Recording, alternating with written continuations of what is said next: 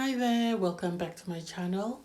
If you're new to my channel, please don't forget to like, share, comment and subscribe.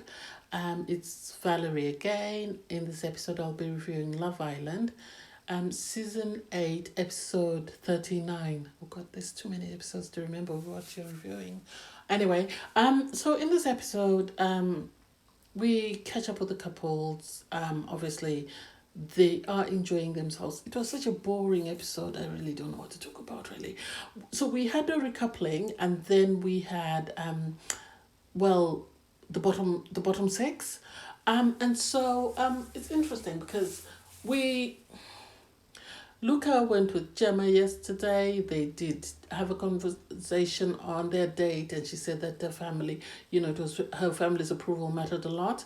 And so it was surprising that after that conversation, you'd expect Luca to wait until he's met the parents, but he decided to go ahead and have a conversation with Gemma and tell her that he loves her and tell her that, he hopes her family approves.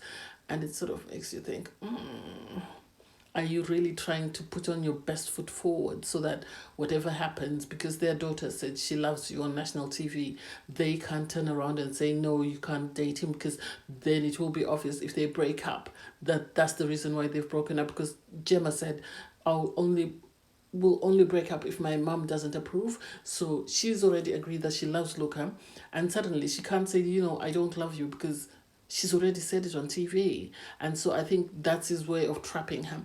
I said Luca is after the long game, and you can tell he's after the long game because he's doing everything within his power to make sure that he keeps Gemma and he gets across the finish line with her. And now I think they're bound together that even if the parents don't approve, it's going to be difficult for them to break up unless they break up before they leave the villa.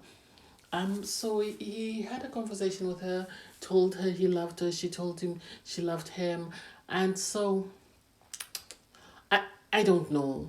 I don't know. I've always said I don't understand that relationship, and them telling each other that they love each other doesn't make me believe that relationship more than I did before. So I don't know. We'll see how they go. I don't understand their relationship. Josh and Summer, we did see them. They had a chat. They were all giggly. It wasn't really a romantic chat though, so I didn't get. I said it before that the reason why Josh came into the villa was because he wanted to try his shot, and when he got to the villa, he was happy to go along with Danica until he saw Summer, and then he realized that nah, you'd rather go for Summer, and that's why he broke things off with Danica. So I don't know. I wish them all the best. From there, it was David and Ekin-su were in a good place today. They are that couple that I said before that are very unpredictable. That today they could be getting along, tomorrow they could be fighting, and the next day they are back together. They are happily in love. So I think at the moment they're in love. It wouldn't surprise me if suddenly we hear them telling each other, "I love you" as well, because they don't want to be outdone by anyone. Although it was interesting when Tasha was doing her challenge with Andrew that they stayed out on the terrace when everybody else left, and Gemma actually said, "Oh, they like to be the center of attention," and it was like, "Oh, okay, speak your truth, young lady." And then Paige, Paige, Paige, surprisingly, her body language is surprising, because given the fact that she was crying and she was sobbing, she was saying, she likes Jack, so she can't see herself getting along with anybody else. And yet she was cuddling Adam in bed. And it's like, did you not want to try anything with Jax because you're not attracted to him? With Jay, because you're not attracted to him? Or were you doing it out of respect for Jax? Because when Jay asked her out, she said, no, I can't do it, because when I'm committed to someone, I like to pursue one relationship. And yet her body language and her behavior towards Adam say otherwise. And then Demi and India are in a good place. They seem to be getting along. We really didn't see them communicate much, but we obviously know that, they're happy. And then Coco is just Coco. She was just there. She did recouple. I'll talk about the recoupling anyway, but we barely saw Coco anyway. Andrew was there with Tash, and Deji, sadly, Deji is just there as well. He's just there. So we had the recoupling, and everybody was predictable. I think Gemma and Luca, I don't even know why they need to make a speech. I think he just needs to stand up and say, Gemma, sit down. Tash, the same with Andrew. I think they just need to stand up. Tash, sit down. Demi, the same thing. And now Adam was predictable because he said Tash was Paige was his number one, so it wasn't surprising when he chose Paige. And Josh, as I said before, I think as soon as he got into the villa and he saw the girls, he fancied Summer, and as soon as Demi said no, Summer and I are not a thing, he went for it. And then sadly, Deji was the last person to pick, so he had no choice but to pick Coco. Poor him. And Billy, I think Billy's head was turned when Danica was doing her stretches, and from that moment he's been gone. Poor boy, he's so smitten. It was nice to see their banter. Actually, it was nice to see their banter with Danica. They seem to get along. He seems to make her laugh. She seems to be more relaxed and not as formal, sort of as she was before, where she'd be asking all the questions and whatever. And I think that was turning people away. And so it was interesting. The recoupling. It was interesting. It was predictable. Anyway, it was predictable.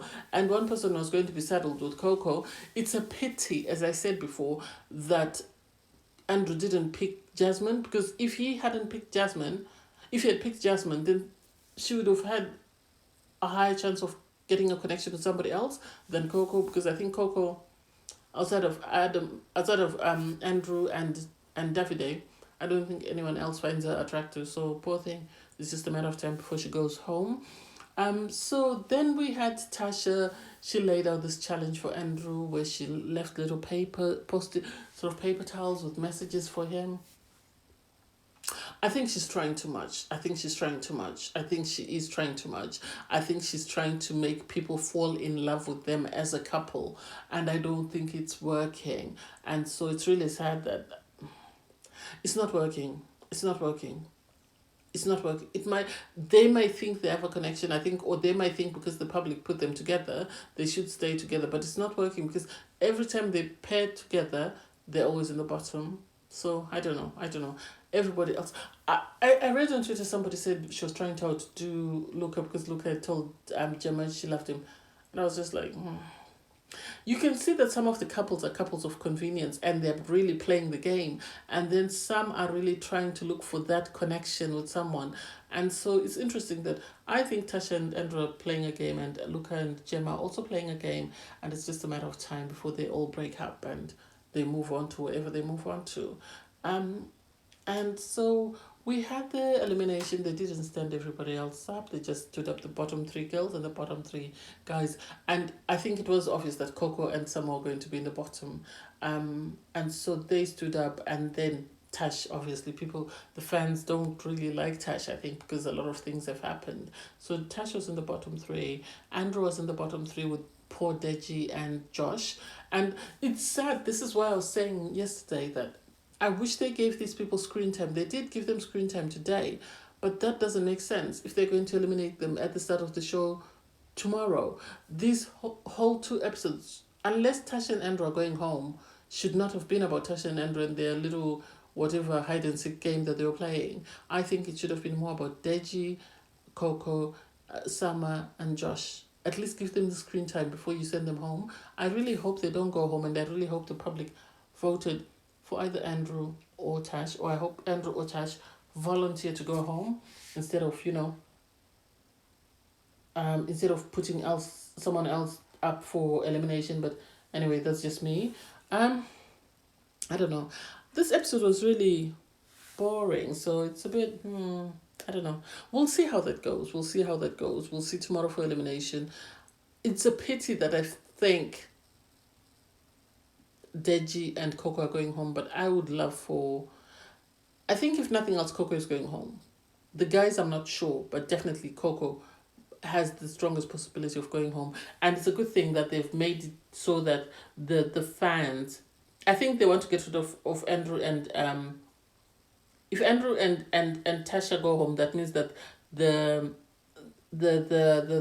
producers want them to go home, because I think they've had enough of the audience complaining bitterly that we don't want them on the show, we want them to go home, and that's why they're going to put them in the bottom.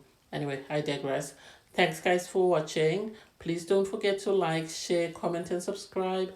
See you next time guys. Bye.